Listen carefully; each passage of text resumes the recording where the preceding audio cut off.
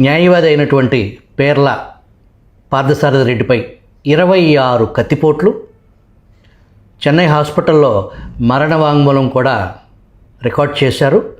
అదృష్టవశాత్తు ఆయన బతికున్నారు. 30 సంవత్సరాల క్రితం ఏం జరిగింది, ఆయన ఏం చూశారు, ఆ ఎన్నికల సందర్భంగా రాజారెడ్డి వీళ్ళ కుటుంబం జోలికి రావటం, వీళ్ళని హత్య చేయాలని పన్నాగం అనటం, దానికి కౌంటర్గా కేవలం ఆనాటి జిల్లా పరిషత్ ఎన్నికలే రాజారెడ్డి మరణానికి కారణమైంది. అదే రోజు పార్థసారథి తమ్ముణ్ణి ఆ ఊళ్ళో వాళ్ళ వీధి మొత్తం కూడా అగ్నికి ఆహుతయింది. ఆనాడు ఏం జరిగింది, ఈ మధ్యలో ఏం జరిగింది, నిన్న ఈ గెలుపుకి కారణాలు అసలు ఏంటి అనేదాన్ని పులివెందుల సమగ్ర ప్రస్తుత స్థితిని తెలియజేయడానికి పులివెందుల నుంచి అమరావతి విజిల్ స్టూడియోకి తెలుగుదేశం పార్టీ రాష్ట్ర ఉపాధ్యక్షులు న్యాయవాది పేర్ల పార్థసారథి గారు మన స్టూడియోలో ఉన్నారు. నమస్కారం అండి. నమస్కారం సార్. నేను ఇంటర్వ్యూలో చెప్పినట్టు 30 సంవత్సరాల క్రితం నాటి సంగతులని ఒక్కసారి విజిల్ ప్రేక్షకులకి తెలియజేస్తారా?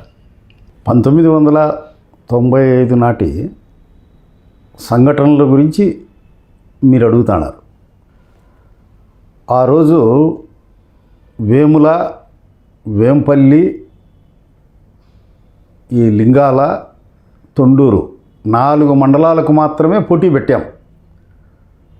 ఈ 3 మండలాలు మండలాధ్యక్ష పదవికి, జిల్లా పరిషత్ మెంబర్కు, జెడ్పీటీసీకి వేంపల్లి, వేముల, తొండూరు. లింగాల మాత్రం ఒక జెడ్పీటీసీకే పోటీ పెట్టాం. పోటీ పెట్టిన 4లో 3 జెడ్పీటీసీలు గెలిచాం. వేముల, వేంపల్లి, లింగాల. అదేవిధంగా వేంపల్లి, వేముల మండలాధ్యక్ష పదవులను కూడా ఆ రోజు కైవశం చేసుకున్నాం. ఆ రోజు భీకరంగా గొడవలు జరిగాయి, సంఘర్షణలు జరిగాయి.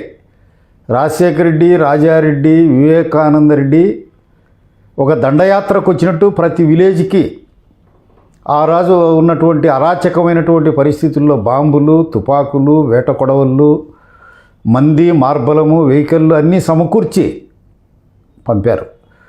ఆ రోజు ప్రజాస్వామ్యానికి ప్రాణం పోయాలనే ఒక లక్ష్య సాధనలో భాగంగా మేమందరం కూడా వారి అరాచకానికి, దౌర్జన్యానికి వ్యతిరేకంగా నిలబడ్డాం. ఆ రోజు ఉండే పరిస్థితుల్లో వేముల మండలంలో నేనైతేనేమి, వేంపల్లె మండలంలో సతీష్ కుమార్ రెడ్డి అయితేనేమి, వారి దాస్తీకాలను, వారిని దారుణ కాండలన్నింటినీ వ్యతిరేకించి అఖండమైనటువంటి మెజారిటీతో ఆ రోజు మేము గెలవగలిగాం. ఆ రోజు వేముల్లో కూడా అనేక చోట్ల వేముల మండలంలో వేముల, భూమయ్య గారిపల్లి, చింతలజూటూరు, నారేపల్లి, పెళ్ళూరు, నల్లజెరువుపల్లి ఇలాంటివన్నీ చాలా పెద్ద పెద్ద సంఘటనలు జరిగాయి. వేంపల్లిలో కూడా ఆ రోజు ఒక మనిషి పోలీసులు ఫైర్ చేస్తే ఒక మనిషి కూడా చనిపోయాడు. దాని తర్వాత 96 ఎన్నికలు జరిగాయి. 96లో కూడా మేమంతా వీరోచితంగా ఎవరమైతే 95లో పోరాడి గొప్ప విజయాలు సాధించామో అందరం కూడా మళ్ళా ఒక్క బాటగా పిడికిలు బిగించి తెలుగుదేశం పార్టీ జెండాను రెపరెపలాడించాలనే ఒక మహోన్నతమైనటువంటి ఆదర్శంతో పోరాడాం.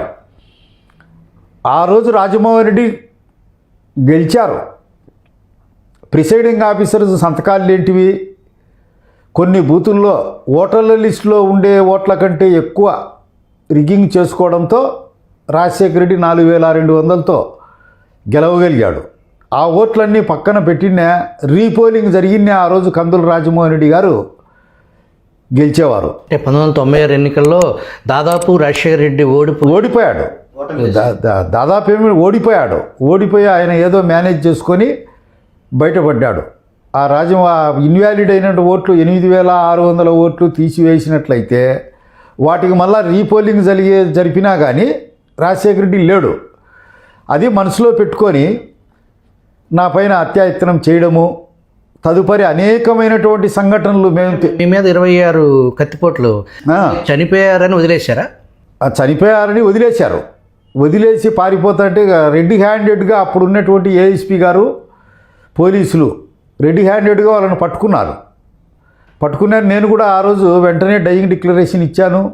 పులివెందుల హాస్పిటల్లో చెప్పాను, కడప హాస్పిటల్లో చెప్పాను, మద్రాసు మలార్ హాస్పిటల్లో కూడా చెప్పాను. ఏదో అదృష్టవశాత్తు నేను బతికి బట్టగట్టడం జరిగింది.